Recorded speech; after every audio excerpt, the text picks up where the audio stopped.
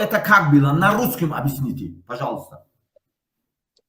Я когда была в России, мне когда не было я была в России, я всегда их эфиры посмотрела, всегда я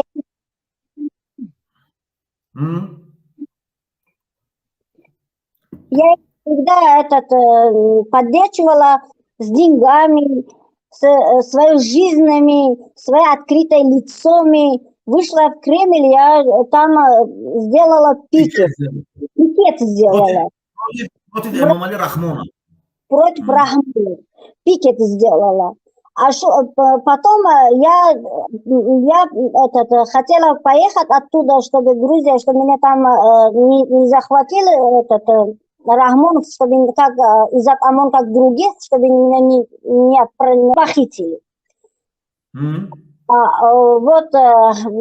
Хусейн Ашуров попросил меня, говорит, мне нужна банковская карта, Сбербанк. Я сказала... Ваша банковская карта, да? Ваша банковская карта. Мою карту попросил. Я сказала, хорошо, почему ты просишь мою карту? Он сказал, мне нужно помогать женщине, которая с ребенками остается на улице,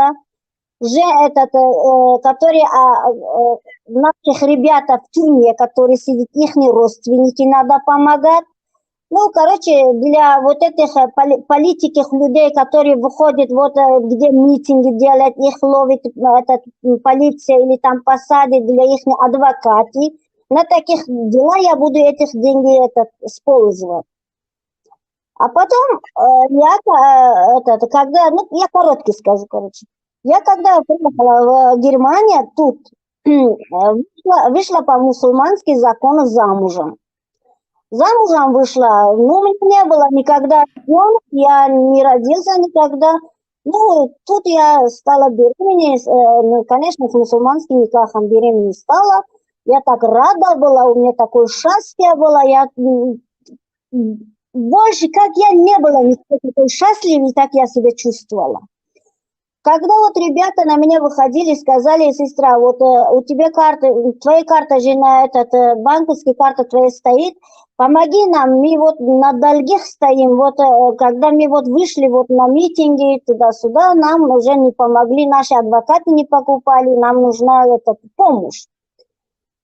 А я сразу, уже мне такое ощущение было, я думала, может быть, это на какой-то криминальный человек, что ли, куда я давала свою карту. Ну, каждый человек сомнение свое бывает, как думает так. А я позвонила Хусейну Ашурову, говорю, Хусейн Ашуров, брат, скажи, пожалуйста, мне, я когда давала тебе карту, ты мне что сказал? Он молчал. Я говорю, я напомню тебе. Ты сказала для женщины, которые дети с детьми остаются на улице, которые, вот этих людей, которые сидят, наших ребят в тюрьме, их родственники, которые вот этих людей задерживают, кто митинги задерживает их для адвоката или другие такие ситуации, чтобы, ну, на всякий случай, такие времена я буду эти деньги использовать. Я согласился для этого, я говорю, я тебе просто не давала эти деньги, что ты использовала на другой вещи или что-то. Ты где это деньги? Давай мне отчет. Я хочу, чтобы отчет, это же моя карта. Я говорю, я откуда знаю, ты чем занимаешься с этой деньгами? Может быть, ты как кого-то убиваешь с этой деньгами, киллеры отправляешь, точно этого слова сказали. А он выключил телефон, мне написал, говорит, ты какой номер модератора? Я говорю, зачем? А он мне говорит, я тебе уволю с модерации. Я говорю, какой причиной? У меня какой причиной? 2 года с вами работаю, у меня не было никакого ошибка, не было у меня никакого, что-то я плохо для группы 24 сделала, или вам что-то, какой-то ущерб принесла, наоборот, у меня дохода идет, или ущерба никогда от меня не было. Почему это вы так хотите? А он, потом я ему взяла, звонила, он мне говорит, ты помнишь, говорит, Рахмадион Махмадион или Шахабудин Бадалов? Я говорю, конечно, помню. Это оппозиционеры, которые депортировали, да? Да, которые похитили Рахмонов. Да. А вот, Они намекали вам, что Рахмаджони, что сказали вы имя? Johnny Махмаджон, Шахобидин Бадаев и других Да. братьев. Их похитили, да? Да, конечно. Похитили власти Таджикистана. Но Да. они вам угрожали. Это кто сказал вам? Вот это кто сказал? Ашуров сказал. Это мне сын Ашуров сказал. А потом... Ашуров вам сказал, что я как вас, как эти другие, вот эти, которые похитили, я тоже депортирую. Из Германии, да? Из Германии. Если ты помнишь их, я говорю, конечно, я помню. Как я их не помню? Я за них митинговала. А Ашуров говорит, ты не думай, говорит, ты в Европе, говорит, я могу, говорит, один мое письмо, а тебе отсюда уже, говорит, как они, говорит, ты вылетишь отсюда, как они. А у меня я так в шоке была беременна я была, я так в шоке была. Потом он звонил моему мужу, не знаю, что он там сказал, чего он там сказал. Потом я говорю, да, мой муж говорит, тебе, говорит, на месяц я буду наказать, чтобы ты к Ашурову плохо относился к Ашурову. А когда он мне, у меня так стресс был, так одну сторону ребенка моя, если мне Рахмонов похитит отсюда, я пойду все равно сижу в тюрьме, что будет с моими ребенками? А второй, думала я, чтобы вот, если у меня семья разрушается, если вдруг кто-то меня убьет, я вообще-то не знаю, кто такой, они мне нагрузку дали, вот психологический, мне удар сделали. У меня стало выкидыши. Это же мой ребенок, же не картошка просто гнивая, и я ее взяла, выкинула. Пускай выходит... Это в Германии было, да? В Германии случилось. Да, это в Германии случилось. Да, конечно. Это же, мой ребенок же не картошка же просто взяли, выкидывали. Нет, это же ребенка. Это ребенка. А второй. Они мою карту взяли, использовали. Пускай выходит. Ладно, за ребенка я ничего не говорю. Пускай ходит за карту, отвечает, куда они деньги сделали, кому они помогли. Я не знаю, что они сделали с этой деньги, с моей карты. Я хочу отчет. Пусть выходит. Если надо, по-узбекски еще могу говорить. Говорите, на любом языке говорите. Ладно, этому брату даем слово. Ман зулм кардам, ман ба Олмон омадам, ҳава яке ози шумо бо рафта дар болои мухолифон. Маро дар Олмон зулм кардам. Дар онҷо бо ман мушкилаи худ мекардан, аз ман картаи бонкиамро гирифтан, маро мадирати худашон мондагӣ будам, бо ман суҳбати беҳтар доштан, масалан муомилаи хуб доштан дар Москва вақте ки будам, дар Россия вақте ман будам, дар он вақт бо муомилаи хуб доштан. Намегӯям ки дар онҷо марам, вақте ки ман омадам инҷо, вақте ки маро инҷо превзадам, ман видео кардам, буромадам дар чиз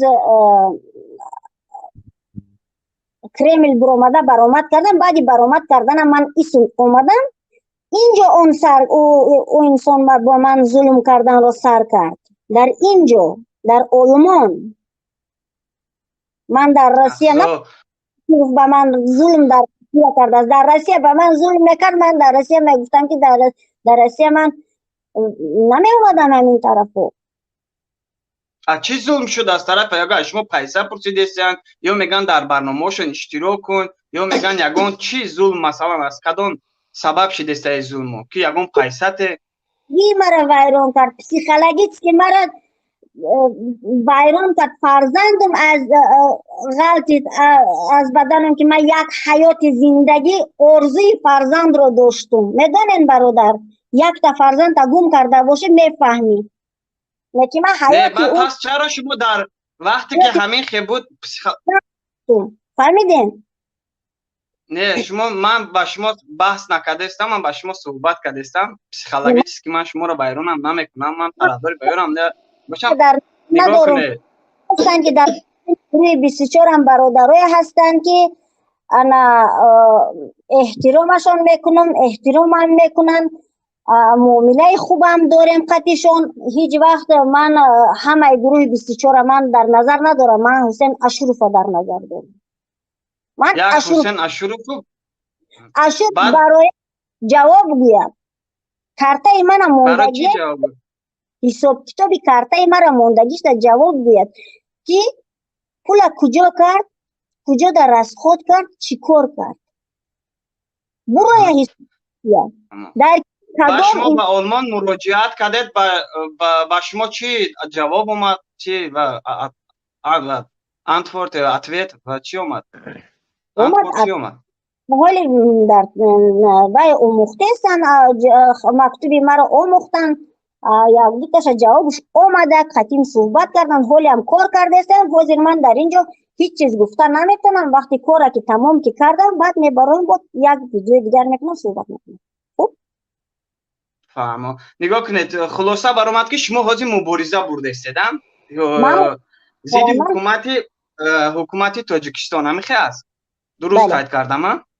بله. شما مبارزتون تا کی دوام میتید؟ همین شخص من برای همین مبارزه تا کی دوام میتید؟ یا همین بعدی که مثال تمام شد، قبولی شد، تمام همین کتی بس من خفای زندگی میشم؟ ما در این راه کفان شده برآمدگیم تا جانم که در تنم که هسته، بدنم که گرم که هسته، من مبارزه ما پیش میبرم برادر. ما همین سخنان از دهن شما شنیدیم. اگر شما که یگان دعوا از حسین اشرف داشته باشه در برنامه‌اش شما رو دعوت کند و با شما یک شتا صحبت کنه که بسیار شما ما از تو من همین خیلی رای دارم، مثلا دعوا دارم.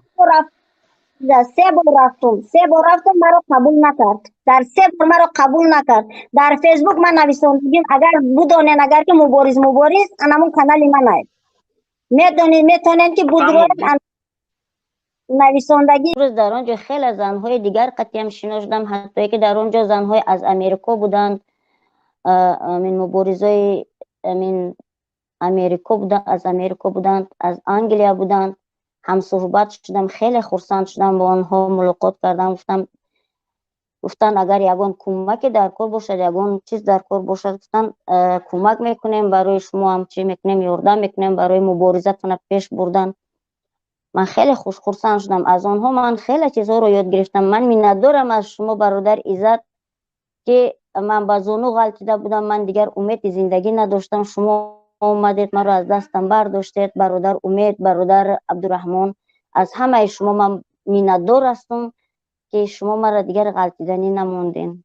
درست است که اون وقت من گمراه بودم، فقط یک مدیراتری کرده زنهای که رو دشنام میکردند و من باید تازه کرده میشیشتم. با چند گپای دیگر میگفتن تو بی سوادی، تو بی عقلی، تو پای، تو هیچ از دست تو هیچ کار نمیبیه.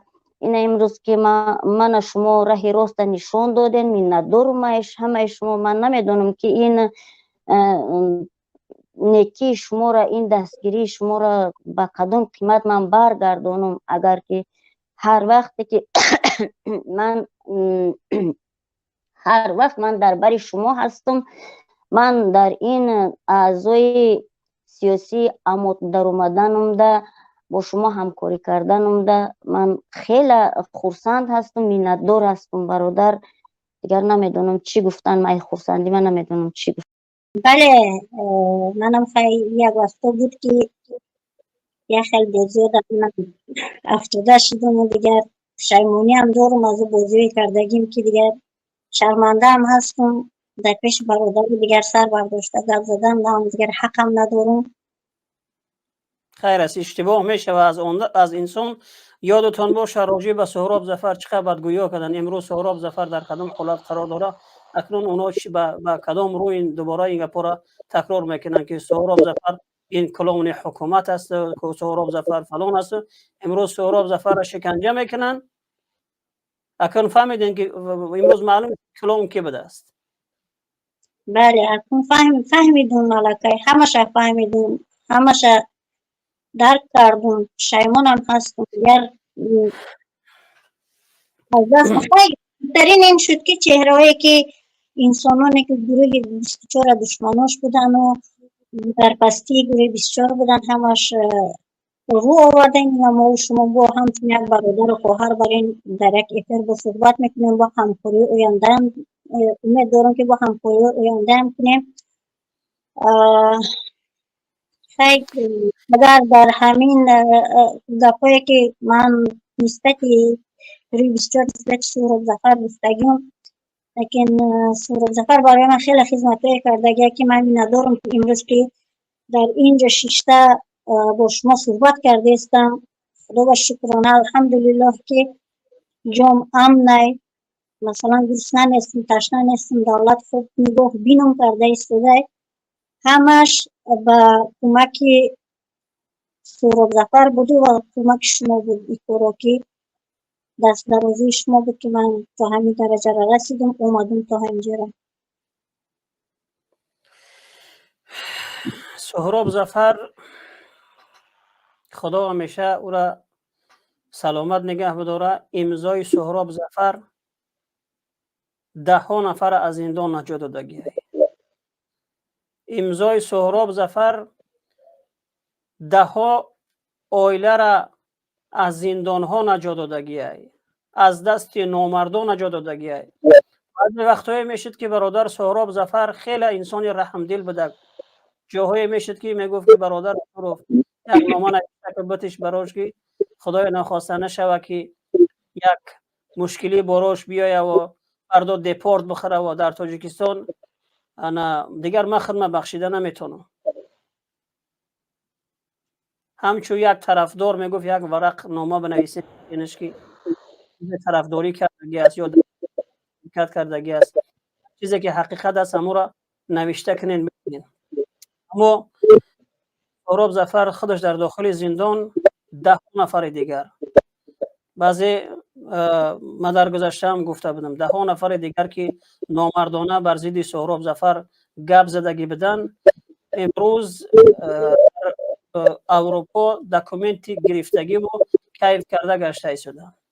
اما سهراب ظفر جان اینها را با یک امضاش خریده که از گروه 24 اونا با یک زاره و با یک تولا و زانو زدن التماس کردن اکجان یا بلاشکه و بالاخره دیگه اونا را برادرای گروه 24 یعنی که راهبریت گروه 24 دبرا میداد که برای اونها ورق بیتین اونا از زندان از دپورت نجات پیدا کنند.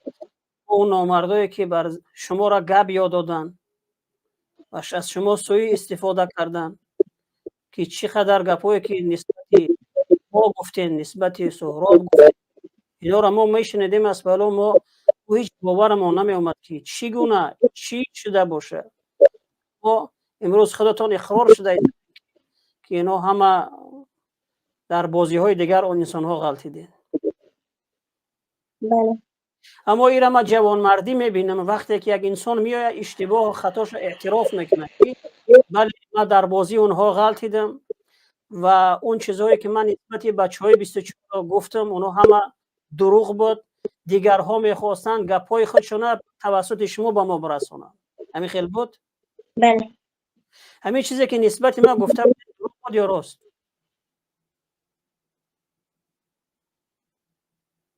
خیلی مردم در گوش ما خوندن با شما ما با علایدگی فهمونده بودیم که چی بله ما در علایدگی فهمیدم، فقط در پوبلیک ما شنویدم که اشور از تو 200,000 روبل قرضی داره. همین حقیقت بود یا دروغ بود؟ دیگر ما برای گفته بودم که خدمتی ما در تماس بودن حقیقت باید بفهمیم نکشما نبودم. تمام، یعنی این گپ حقیقت نداشت. نه فهمیدین مردم؟ ببینید ما ایرا جوانمردی میگم، ما سلیوت بر خودت خواهر حقیقت گفتن این جوانمردی ای که آدم در گذشته هر چیزی گفته باشه که امروز اعتراف کنه که ما برادر حسین ما چیزی که گفتم در راجع این فکر نکنین که شما قدرتون پایان رفتگی ای، بلکه من میگم که برادرانی که از بچهای گروه 24 این چیزا میبینن و دیگرهایی که از اطراف این حقیقت هم میبینن که ببینن کسای حقیقت یک روز آشکار میشود.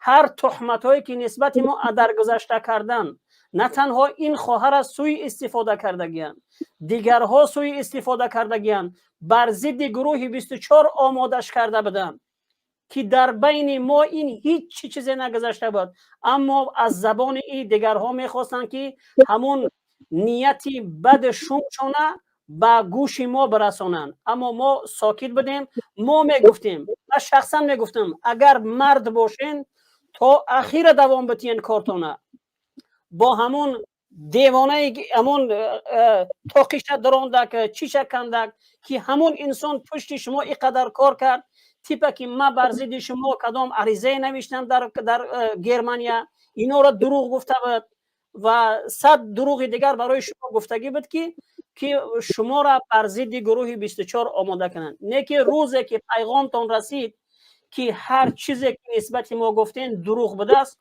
شما را دیگر کس سوی استفاده کرد و امروز مردم بفهمند چهره اون عزتی بیماره. امروز بفهمند که در اون شب روز اون کسی بود که میگفت سهراب کلان حکومت های، امروز بفهمند که کلان کی بوده است.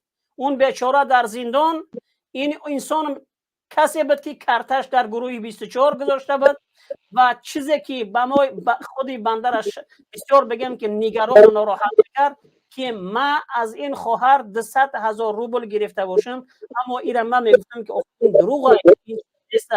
امروز شما اعتراف کردین که این چیز نیست. ما به این جوانمردی و به این حقیقت گفتم ما افتخار میکنم و دیگرها هم روزی میشوه که تهمت هایی که نسبت به ما کردگین و تهمت های نسبت دیگر بچه های گروه 24 کردگین، یک روز میشوه که همین خیلی حقیقت ها آشکار میشه و هر کسی که مرد هست در تهمتش دوام بتیه، اثبات بکنه، وگرنه یک روز شما هم خلاصه به هیچ جای هم نمیرسین. و ما افتخار میکنم که خواهر شما امروز در برنامه اومدین و حقیقت گفتین و لازم نیست که برای ما زیاد بگین.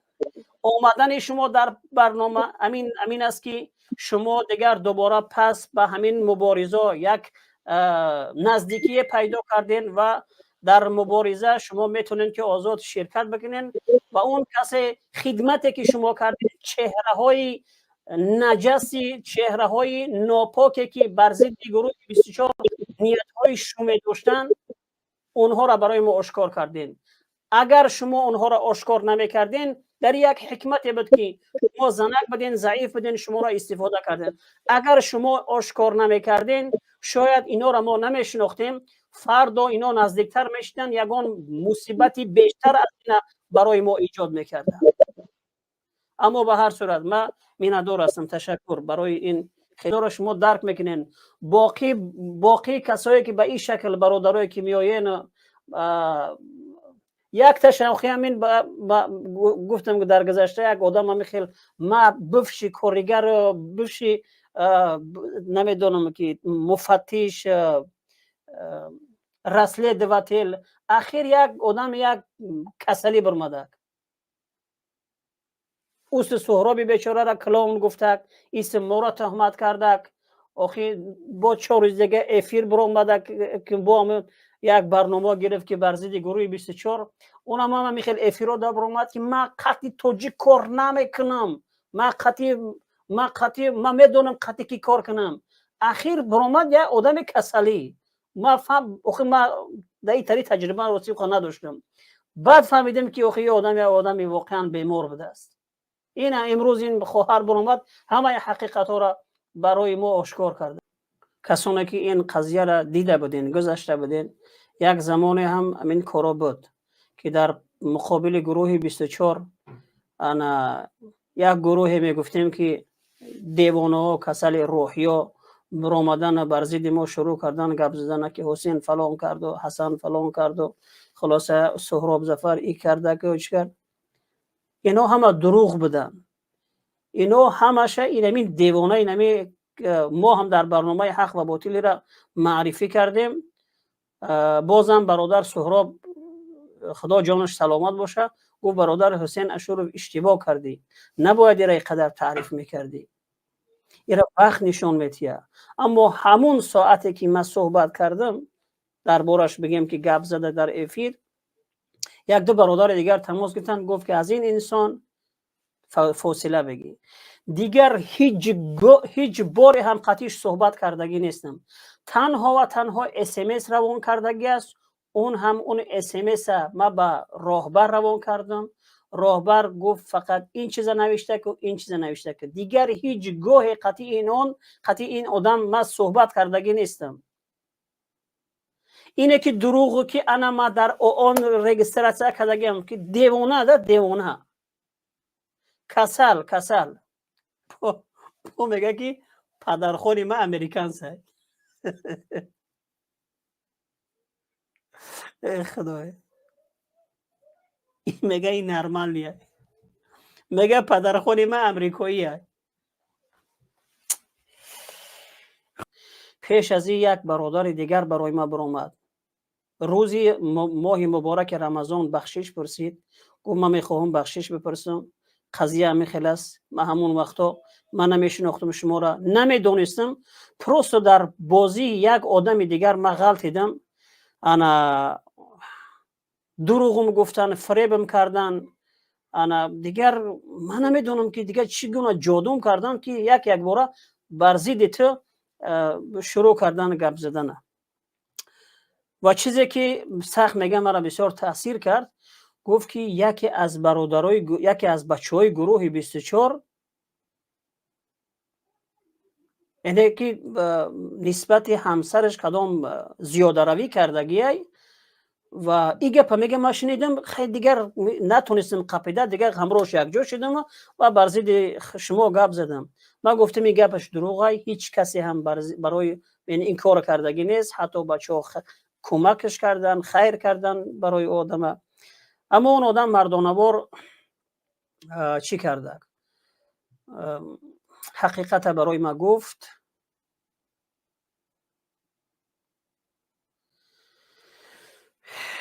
ما گفتم که برادر هر چی که بود گذشت رفت، خدا ببخشه شما را. ما ایرا جوان مردی میگم که شما برآمدین حقیقت گفتین و تا امروز همون برادر با ما در تماس است و بعد از او خلاصه این خواهر برآمد و یک پیغام گذاشت که توسط یک برادر دیگر و گفت که همین خیلی از قضیه اون کارو همه دروغ بود و مرا فریب کردن و این آدم کاغذی دکومنتی ایمده اونم ایمده فلانم. این سی آدم خودش دکومنت نداره، ولی در آلمان همین عزت دکومنت نداره. آلمان دولی قبولی مبولی نداره، ولی خودش پدر هوای. اما اون وقت نسبت گروه 24 و تهمت این چیزا را زیاد گفتگی بود، ما اهمیت نمیدادیم. به هر صورت گذشته، اما خدا کنه که دیگرها تهمت نکنین، تهمت بیجا نکنین. چیزی حقیقت های اون چیز بالاخره یک روز آشکار می شود. خب برادر مهاجر اما برادرایی که بچهای گروه 24 دیدن که ما این خواهر در افیر دوباره قبول کردم، در گذشته هم قبول کردم، چون که این اعتراف کرد و این جوان مردی است. اما اون چهره های اون آدم ها را برای ما و شما نشان داد. و اگر نه انا چندین بارا بگیم بچه ها را استریلیت کرده گینده. اما اکا جان خیلی بلا که نمی جیانکات گشنن خلدینیک خالیت ده خلدینیک در خونهش یک تاش خالیتش پر، فقط امو خلدینیک خالی را برای بچه ها نشان میدید است که خیلی جیانکات گشنه. خیلی انسان ما هم که باشم انا دل میسوزه که نه یگان چیز خوردن نیست که یگان سمک داشته باشی. بچه ها خیلی 50 سومه 10 سومه 100 سومه یگان همه خیلی 10 نفر کردگی با همین استریلیت کردن ده. اونایی که در مبارزه موهاب میگویش که یگان سوم یاردم کنه انا باید چی زوره و تولا. اما این آدم مهارت داره، چخیل آدم گول بزنه، چخیل فریب کنه، چخیل آدم بگیم جادو بکنه. و خیلی مهارت ما نداریم. ما میگیم که برادر در راه مبارزه سهم بگذارین.